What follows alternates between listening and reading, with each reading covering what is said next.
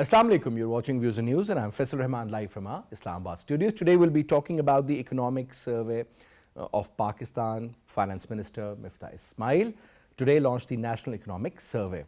Now the interesting figures are with us. The real GDP, the growth that was posted is around 6%, 5.97 to be very precise, and this is for the fiscal year 2022.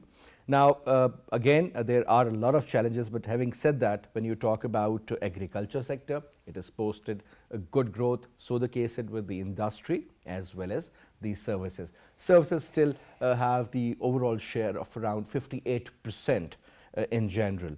You talk about the current account deficit that remained $13.8 billion. Per capita income recorded at $1798. And again, it is totally dependent on the population, as we know. Pakistan to pay rupees 3,100 billion in debt servicing. That is what the finance minister said. Investment to GDP ratio remained 15.1%.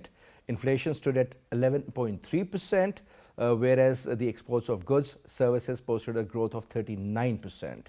Imports of goods and services was also 46% in the fiscal year 2022. So primarily these imports eventually end up increasing your exports, and secondly because of the rupee devaluation, that is another major factor.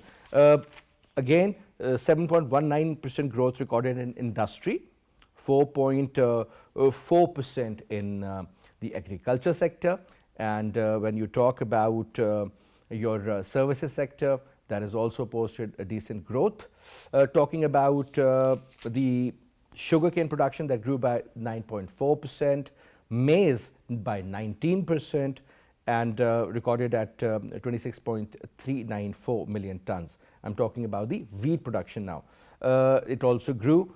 Now talking about the other, so many, I mean there's a long list, but most of these economic indicators are very positive.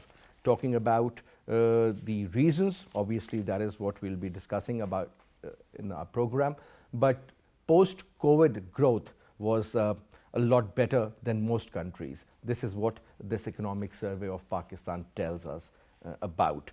Now to talk further about it, we've prepared a package. Let's watch that first, and after that I'll introduce you to our guests and we'll start our talk.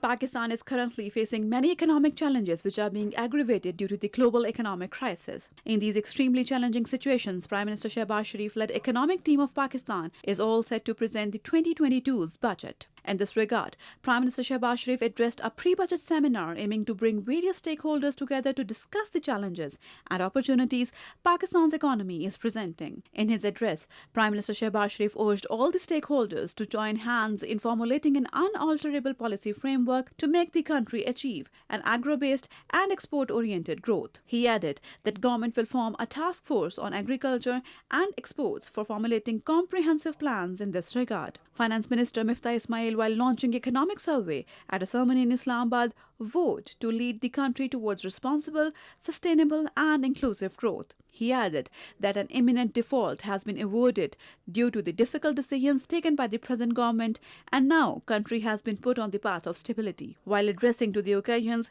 he said that the real GDP posted a growth of 5.97% in fiscal year 2022. Moreover, he added that the economic recovery is higher than 5.74%. Now to talk about this, we have with us in our studio, on my right is Amer Zafar Durrani sir, President Reenergia, World Bank. Thank you very much, sir, for your time. And we have with us Dr. Niaz Murtaza sir, political economist. He's joining us on Skype. Pleasure to have you, Dr. Saab, in the program. Thank you very much for your time as well. And we'll also be talking to Dr. Manzoor Ahmad sir, former ambassador to World Trade Organization.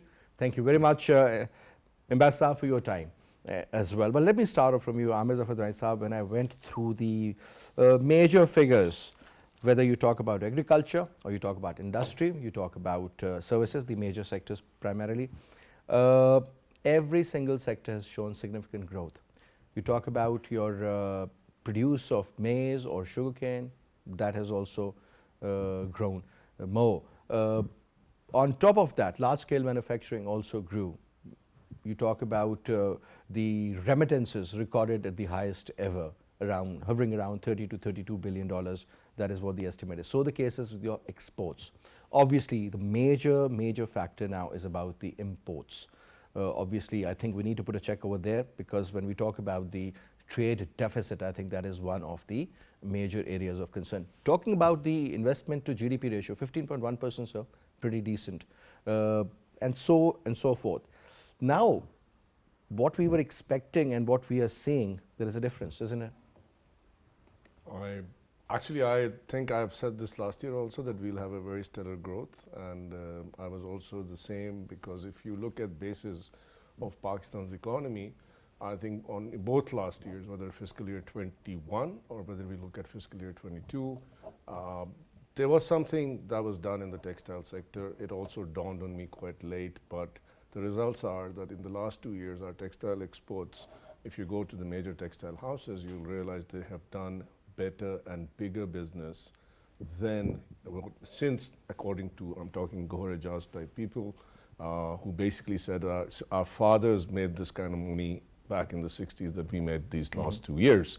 Now, a fundamental reason for that, in my eyes, and there is no criticism of either the previous or the current government, but I think there is a growing focus now on business to business transactions. So in the last government, you saw less focus on infrastructure, building bridges. Instead, you saw a lot of focus in providing the appropriate subsidies, for example. Targeted subsidies, yes. In terms of regional competitive energy tariffs, etc., which then, I mean, there was the DTLL, which is the, local taxes, DLTL, sorry, that the local tax, they gave a percentage of that back in terms of doing cost of doing business. It really got you dollars.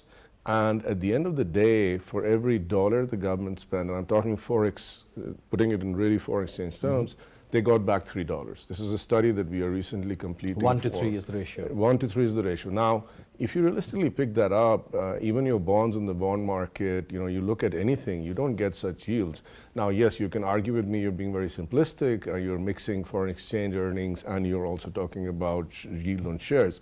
But fundamentally, when you look from how do we get more foreign exchange in? So when you get more foreign exchange in, obviously you have to do one more thing.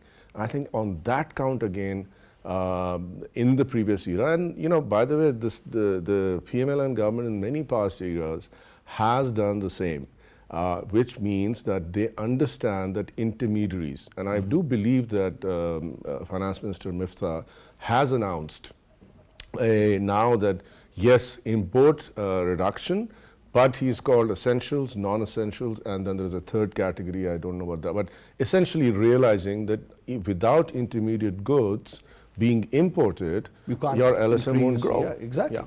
That makes a lot of sense, actually, especially in the chemical sector or textiles. Even in textiles, yeah, you're right. Chemicals, you need your chemicals, you need dyes. Absolutely. Now, coming to you, Niaz Murtaza Saab, one important factor.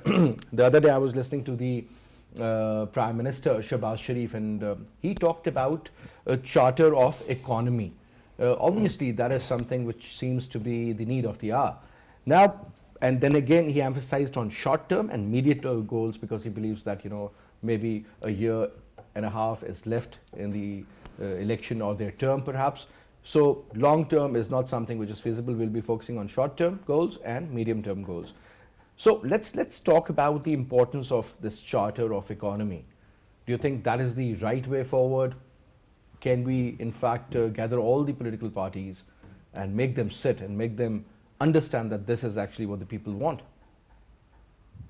Well, I think this concept of charter of economy comes from, the earlier one on the charter of democracy. And if we look at the history of that charter, it did not succeed fully. I mean, what that was around was, an agreement between PPP and PMLN, which were then back in 2006, the two biggest parties in the country, that they decided that they will not destabilize each other's governments, they will not, support martial law and so on. And then they also agreed on some constitutional amendments, and even that charter was only partially successful. And in democracy, it still makes sense because, you have to pass certain, constitutional amendments like, the 18th Amendment and so on.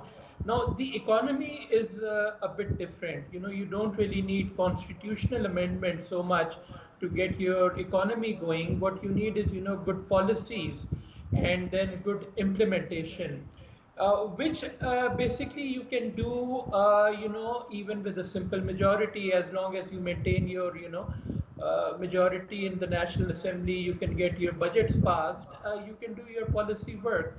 So, in my opinion, the scope is not totally non-existent, but I would say it's much more restricted in terms of a charter of economy. You can still talk about, some areas where, an understanding would be helpful.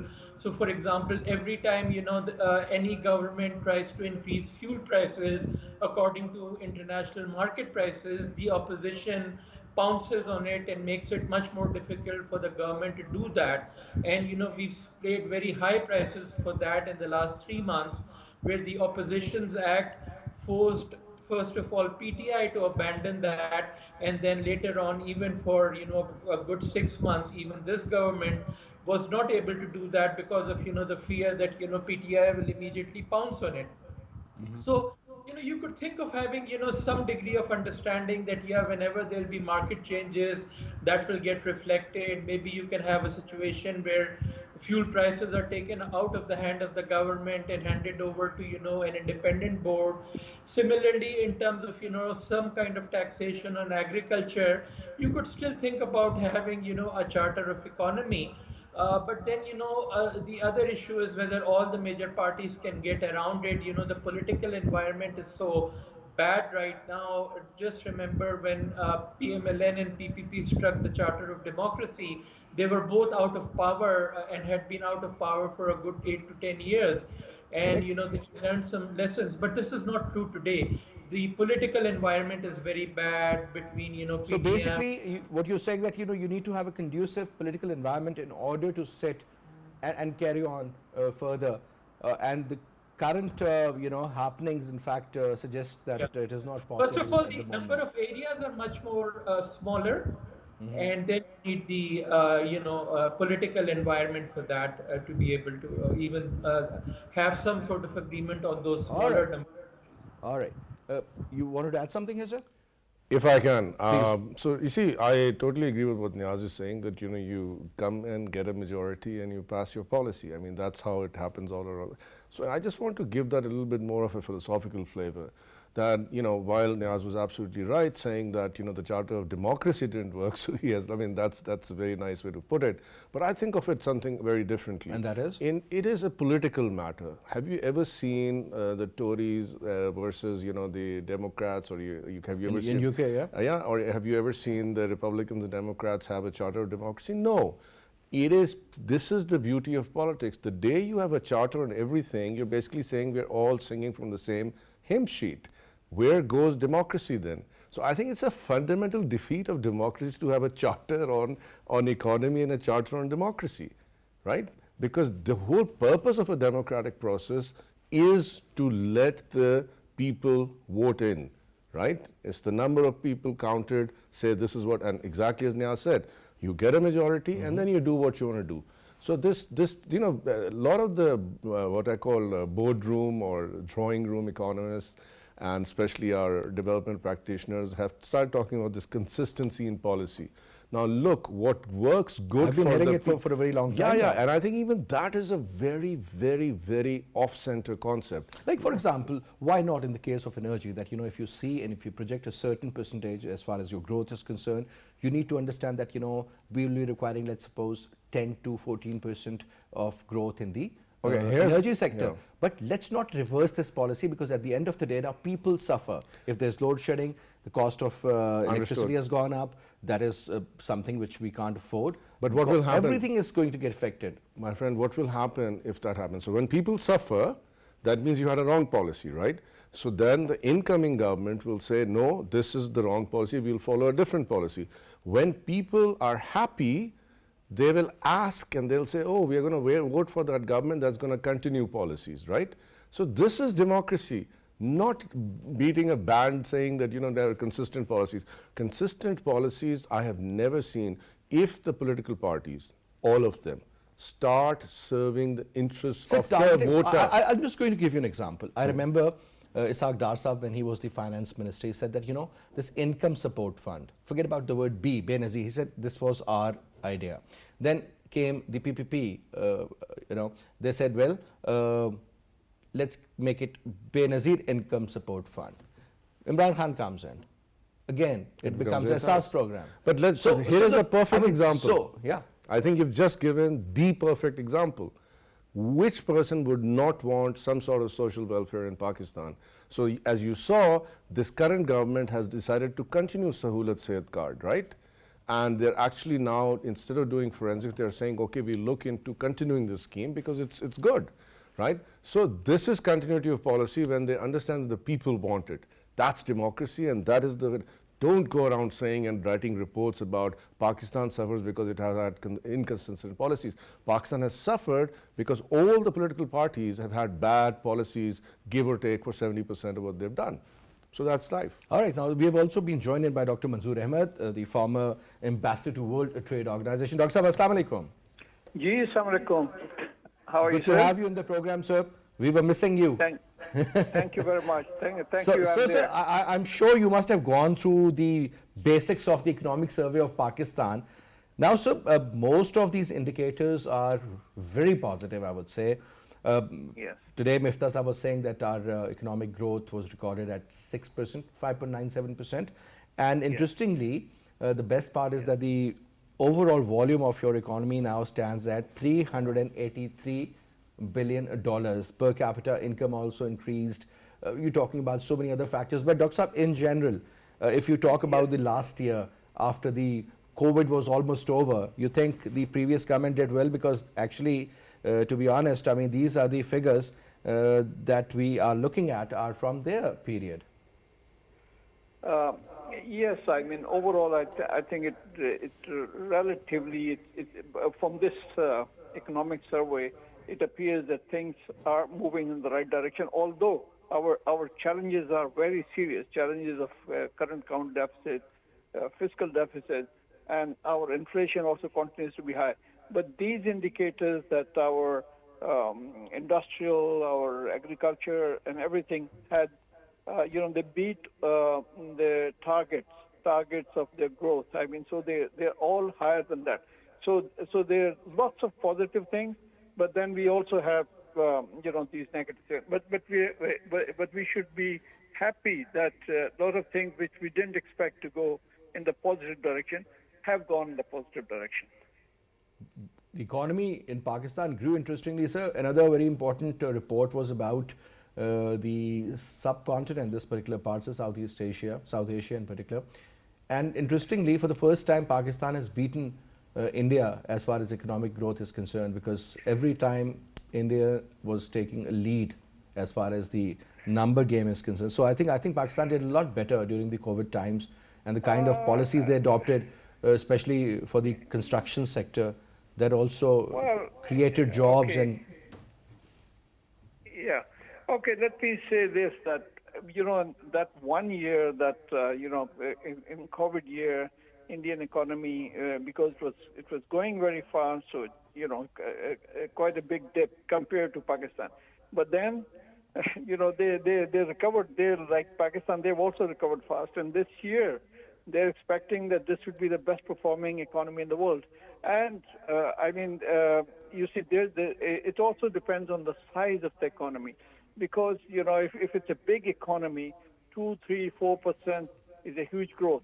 If it's a small economy, then it could be 6, 7%. But so far we are concerned, we are happy to be growing at 6%, because beyond that, as the finance minister was saying, that we get into the serious problems of, if the imports and exports go up very quickly, then we get into the serious problem of meeting that deficit. So it's good enough. That we are in that growth area now with India and Bangladesh. Sri Lanka, unfortunately, is not doing well. But in South Asia, yes, we should be catching up. all right, now coming to you, Niaz, Murtaza Saab, let's talk about the three major sectors: agriculture, your industry, and your services. Sir, all the three major, In fact, when you talk about these three major areas, I mean, significant growth has been recorded, even in agriculture, despite all odds. But when you look at your industrial growth, that is pretty much significant. Talk about services, sir, again. The overall, if you look at the market share within the economy of Pakistan, that is around 58% when we talk about services. What do you make out of it? No, that's reasonably good. But the problem is our manufacturing should be growing a little bit, more than the other sectors, because that provides most of our employment and also our, I should say, the other relevant like taxes and etc. They all come from manufacturing, and our exports volume come from manufacturing. So unfortunately, our manufacturing, our industrial growth, all right this year, but we are not really quite there where its share was, say, 5 years ago or 4 years ago. So we have to do well in that. But services is welcome, but our trade and services is not that much. It's I think maybe it's the total exports maybe about 3-4 billion compared to in the goods sector where it's getting to around 28-29 billion. So and agriculture is very essential because of this international situation, because of this war in Ukraine and this. Because if we are unable to meet, and we will not even find wheat and such things, fertilizer and other things. So it's very important that agriculture at this time it keeps doing well. Even the World Food Programme has also said that there could be an acute shortage of wheat and other basic items it is. because of the war. Just imagine 17% of the total urea and fertilizer that is produced in Russia. You talk about wheat. Again, there is no other way to explain that. Look at the map of Ukraine, sir. Blue and yellow. Yes. That means the sky Yes. and your fields. So if that country cannot export, obviously there's going to be a lot of pressure. Edible oil, for that matter, is going to go up. And look at the recent prices. Now coming to you, one quick comment from you, Dr. Manzoor. Ahmed Sahab, you wanted to add something? Please go ahead. No, I just wanted to say that what you added in this agriculture area, that there are these direct things like wheat, etc., which comes from it, but there's indirect impact, like you already mentioned on edible oil.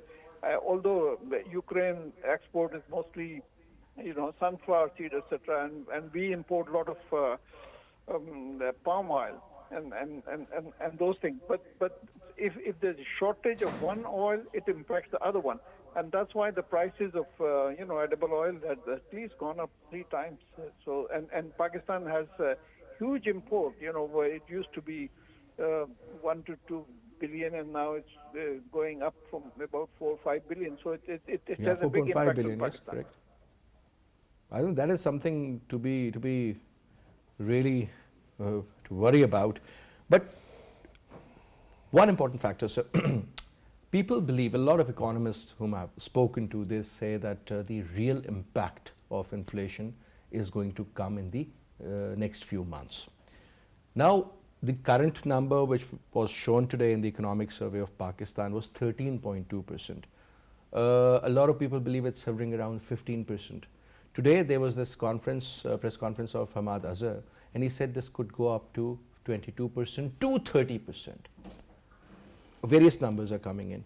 Now the impact of the increasing oil prices, sir, another most likely 59 rupees will be added in the coming months.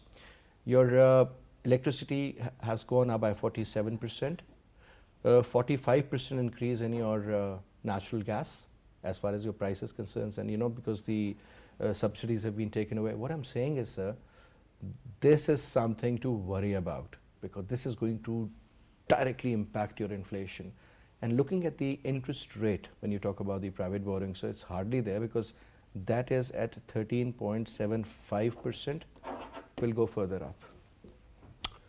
Well, I think that we are going to go through some interesting times. But let me first contextualize. Interesting times. Oh, absolutely. You When see, the Americans say interesting, that these are, is not a good word. Well, I'm exactly not an American, though I was educated there and in Pakistan. But let's put it this way. This is going to be an interesting time because I think a lot of traditional economics is going to be rewritten 25 years from now. I'll tell you why. I mean, first and foremost, let's look at, I mean, somebody just said, I think Dr. Manzoor said, that, you know, Sri Lanka, oh, it's not doing so well. But if you look at the actual growth rate, there are similes. And Dr. Afzal has written a lot about this from Ali Habib University. I think some of his stuff is worth reading, where he's trying to draw a comparison that at a smaller scale, Sri Lanka grew at 8% plus this year, right? And basically, you know, I think there are some similes, though scalable similes, right? So stopping at that. Second, my son's in Istanbul right now. Do you know the inflation rate right now in Turkey? 30? It's 78%. So at 78%, you know what's the inflation rate right now in the US of A? 40? It's heading to 40, yeah? So basically, what are we seeing? We are seeing actually an impact. So a pandemic follows. So I mean, I'm just saying this is going to totally rewrite regionalism. The world is flat by Friedman. It's going to rewrite a lot of the Keynesian economics. We are going to go back into what is called a move away from theoretical macroeconomics into some reality, or what we call real economics, essentially trying to look and figure out what the hell's going on. So now when we come to Pakistan, why do I say that an inflation rate, no matter what, it has no correlation. We've been talking about this. There are many people in a lot of parts of Pakistan that do work on this, whether they are in equity firms, whether they are actual economists, or whether they are bystanders like me. We have been arguing that really interest rate makes no difference to the larger economy of Pakistan. Okay. In order to curb inflation? Absolutely. Absolutely doesn't. Because you just said it. Who borrows, right? Credit's not available widely. Credit's available to who? To the few large textile mill owners, to the members of the... And then they are again given subsidies no, in the budget? I'm not saying that's the wrong thing to do, but I'm just saying let's get out of this stupid thing that we are starting to think we are like a structured OECD economy. Even those economies are, you know, starting to think, let's rethink this. The other thing which we have not done, and I think we have to start focusing on, the provinces are not pulling their weight. So you will see, and this is my prediction, you will see KP under the helm of somebody like Jhagra pull some rabbits out of a hat, because I think after 3 years, the KP government, I mean the real KP government, has started to understand the dynamics of the province. What is wrong with the provinces? We think we owe the world a lot of money. Do you think that how much the provinces owe far outweighs what we as the federation owe the world? So the provinces, I know on top of that, this year we increased yet again by 12% the outlay as part of the NFC to the provinces, right? So it's not that we changed the NFC, but we increased the pie. Now, somehow contracting that would have put the provinces on a front foot to raise finances. Now the province, and if you look at tax collected as an indicator, what is it? Islamabad more than 15% of Pakistan's taxes, Karachi alone coming up with 40, and the rest is Punjab, right? How much tax do we collect in Balochistan? Point some percent. KP, it's kind of not getting there. So what my point is that all this inflation, everything, we are going to start doing local economics. So in other words, people are going to start insisting for money upfront rather than government giving price indicators to products. So like the market forces will decide. Oh, I think this is going to be, I mean, from a poor man's perspective, an average man's perspective, I look at it as transitory burdens which will eventually lead to either an upheaval in the decision on the politics or an upheaval in the way the people try and understand where they're going to live. This is going to lead to migration, because I think provinces will have to start competing as the better place to live, because they can control local prices, which they have yet not been doing, because we feed them, and we've been feeding them since 1947. So I think central approach should not be there. I think that we all misread what the devolution was all about, and my understanding of devolution, talking to Naveed Qamar, is that the fundamental principle behind the devolution is to make the provinces more influential. Though given the way we work politics, we thought it was to make PPP more influential in Sindh. Well, actually, you know, if you read between the lines, we should have done better, and I think we can still do better. Let the provinces fend for themselves, right? and what are the taxes the provinces currently correct and give to the government. We have to look at UIPT, urban immovable property taxes. We have to look at stamp duty. We have to look at motor vehicle taxation registration. These are the top earners, right, which the provinces have. They have not been doing. Punjab was the only one until 2018 that was upping to almost 4 to 6% in terms of tax collection, right? Because Punjab has this advantage of Lahore, and Lahore had this advantage of Shehbaz Sharif, basically our current prime minister, and basically, you know, they started thinking we are running low on money, so they said tax local people. But when you do good things and locally and you want more taxes, people will pay those taxes, no matter in which form they are. People will be forced to pay taxes. Now, coming to you, Niaz, Murtaza Saab, couple of points. I'm not exactly sure what exactly is going to happen, but it seems that certain percentage of people will be taxed more. Salaried class could be taxed more. When we talk about the government employees, there was this proposal that a certain amount or a certain percentage of their basic pay is going to be increased. But again, the pressure from the IMF is quite a lot. So the cases with the subsidy which was withdrawn on electricity, on gas prices, as well as on petroleum products. Now, people are worried because these three major components directly impact, the salaried class and the middle class and the lower class. Now, despite the fact that the government really is saying that they'll cut the government expenditure, and there were certain formulas were also presented, but what I'm saying is that, sir, this impact is going to be quite a lot for the people, for the final consumer. And keeping one thing in mind that at the end of the day, sir, people have limited money. The savings, they've gone down. Look at the rupee devaluation. I mean, so many other impacts. That is something to be worried about. Murtaza, Niaz Murtaza. Yeah, I think what it is, a non-business as usual budget, because that's what we always have, your business as usual budgets for the last several decades. And you were saying about, charter of economy. We actually already have an informal bad charter of economy where we don't, every party that comes to power doesn't tax agriculture, doesn't tax real estate properly, doesn't tax high consumption properly, allows tax evasion, then, gives subsidies to unproductive kind of industries, overtaxes productive industry. So we have to get away from all of that and give a very, very different kind of a budget. You can't put further burden on, those people and those classes and those industries which are already overtaxed. You have to start looking at agriculture. You have to start looking at real estate, high consumption, and those kind of things, and make it easier for, your productive industries to grow by reducing their taxes, actually. So this is probably the most critical budget that we have in, years, if not decades.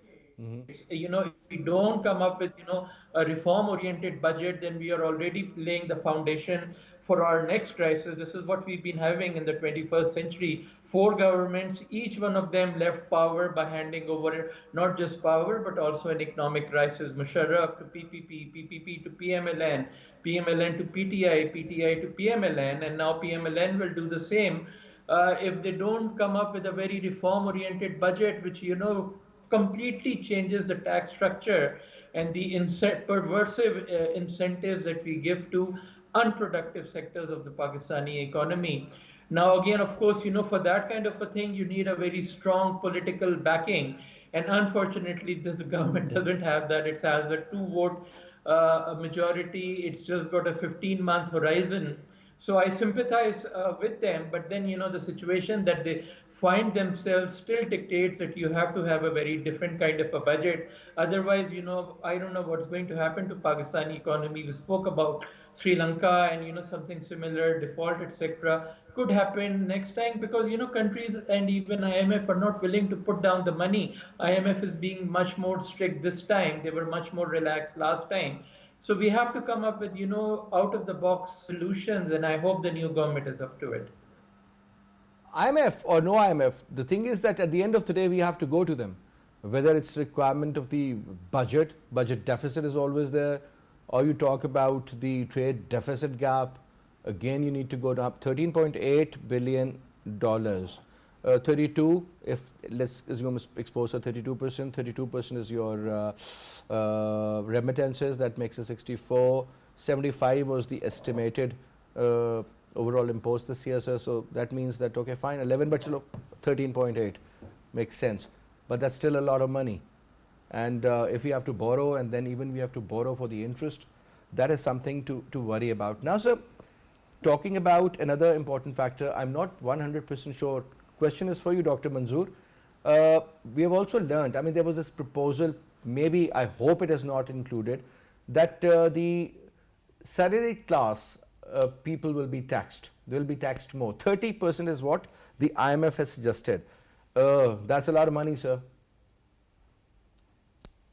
Yeah, yes, I think it's unfortunate because salaried people have a fixed salary, and already because of all this inflation and this, big, especially for petrol, etc., and they're already feeling the pinch. And I think instead the government is already doing that, but maybe they could freeze some other expenditure. I could also suggest that maybe they could freeze buying, huge capital-intensive goods. I meant in, for example, in the defense sector, perhaps for a couple of years they can postpone it, because that's the only thing that's going to make an impact. And many other countries have done it in the past when they even developed countries like UK postponed it and all of them, and they diverted that money to elsewhere.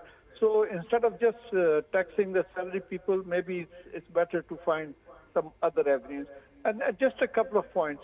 I think one of the problems we are facing is, this trade deficit is common with almost all developing countries. Like there's big trade deficit with India, with Turkey, with everybody. But the problem is that those countries are all the time receiving huge foreign direct investment, which Pakistan is not. Pakistan has been almost very low, 1 to 2 billion. That's nothing for the size of this country. So somehow we have to ensure that our FDI goes up, and that will some money coming in, so that will narrow the gap.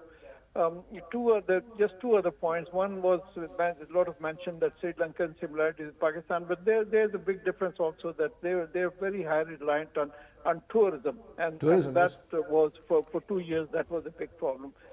And maybe my final point could be about Amer. Durrani was saying something that inflation and rate and interest rate, perhaps if I understood him correctly, are not important, but I think they're very, very important. They play a very important role.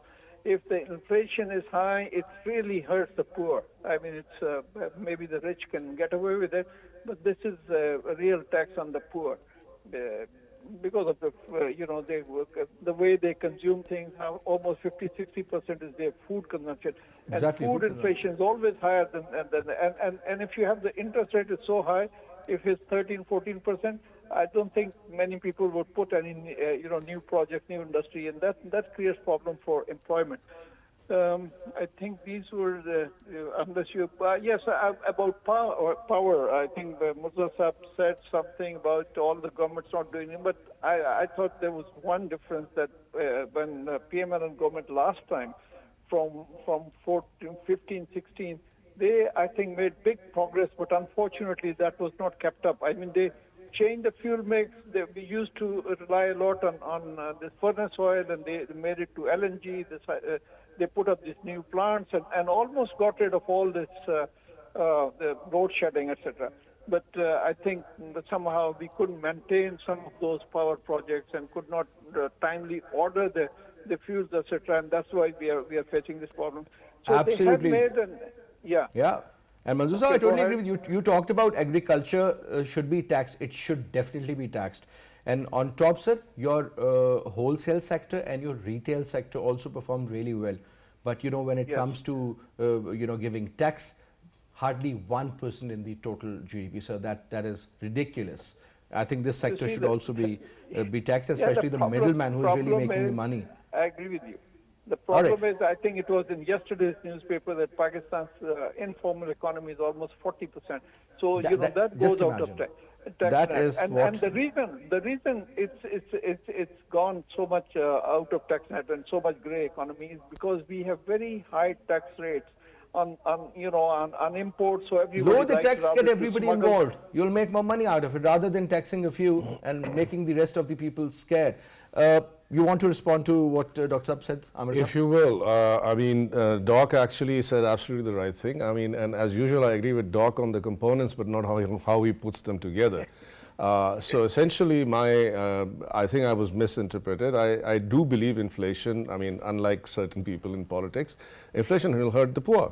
But the question is, if we have those inflationary pressures and we actually, let's say the borrowing rate, right? And we say, okay, for a change, we'll keep the borrowing rates stuck where they are. Who borrows, right? So the FMCGs, the big guys, they borrow. Does ever the price of food, let me start with the components of normal inflation, right? Let's talk about the food basket in inflation. Have you ever seen an impact on food prices to the poor or FMCGs, the little packet or sachet that you buy, when you manage your interest rates? And I'm not saying that they don't matter. I think they're both very important, but they're important for different segments of the economy for different reasons. So look at the price of these products. They have gone up. And what we're saying is that the impact is going to come in the next month. But the impact is already there. Let me put an anecdote. I think both Niaz and Dr. Manzoor will enjoy this. I think the current jokes going around on WhatsApp are that in fact they now are selling sachets of petrol, right? So you can get like a 15 rupee sachet, a 10 rupee sachet. Okay, look at the correlation for the last 20 years between the size of the product and inflation. You will see that as inflation goes up and we try to balance interest rates and we say, okay, there is a connectivity, we will also up the interest rates, etc. Doesn't make a difference because the rich people borrowing are targeting the poor market by actually going to even further down in the pyramid by actually putting less product in a smaller sachet and selling it at more than a third more than the previous price per unit. So, you know, this is capitalism. Let's be very, very straight about it. Let's not do that. But I may make just a very quick point, if you allow me, on you know, we talked about energy, and Dr. Manzoor made a comment on energy. I think the only structural problem in terms of, you know, supply side is essentially, well, one more, but supply energy. Our total cost of delivered energy, number one, is too foreign exchange dependent. We rely a lot less on this. Second, our conversion, we convert less than, look at the Pakistan Energy Yearbook of 2020, FY20, the calendar year 2021. Talking about the efficiency of the machines. Primary, no. The conversion from primary energy sources into actual delivered, whether it's electricity or oil or whatever, is 26%. So we actually take 10 rupees worth of oil or anything, and the total conversion that happens is 26%, right? Now, that in itself, so two factors, two forex aligned, two this. I'll give you an example. America is at about 64%, right? So if we cannot be America, let's at least think about, and all these figures, by the way, are on the first cover page of the Energy Yearbook, and we've been watching it. I mean, no policy mismanagement, bad governance also plays a very important role, plus the leakages, 400 billion rupees worth of electricity leakages, just imagine. I mean, there are a lot of areas we really need to work together as a unit, I would say. But anyway, thank you very much, Amer Saab. Most welcome. Thank you very much, Dr. Niaz Murtaza Saab, and also Dr. Manzoor Saab. It was a pleasure having you in the show, and that's all we have for this hour. I'll see you tomorrow when we'll start our special transmission on budget, inshallah, at around 1 p.m. Till then, you take good care of yourself. Khuda Hafiz.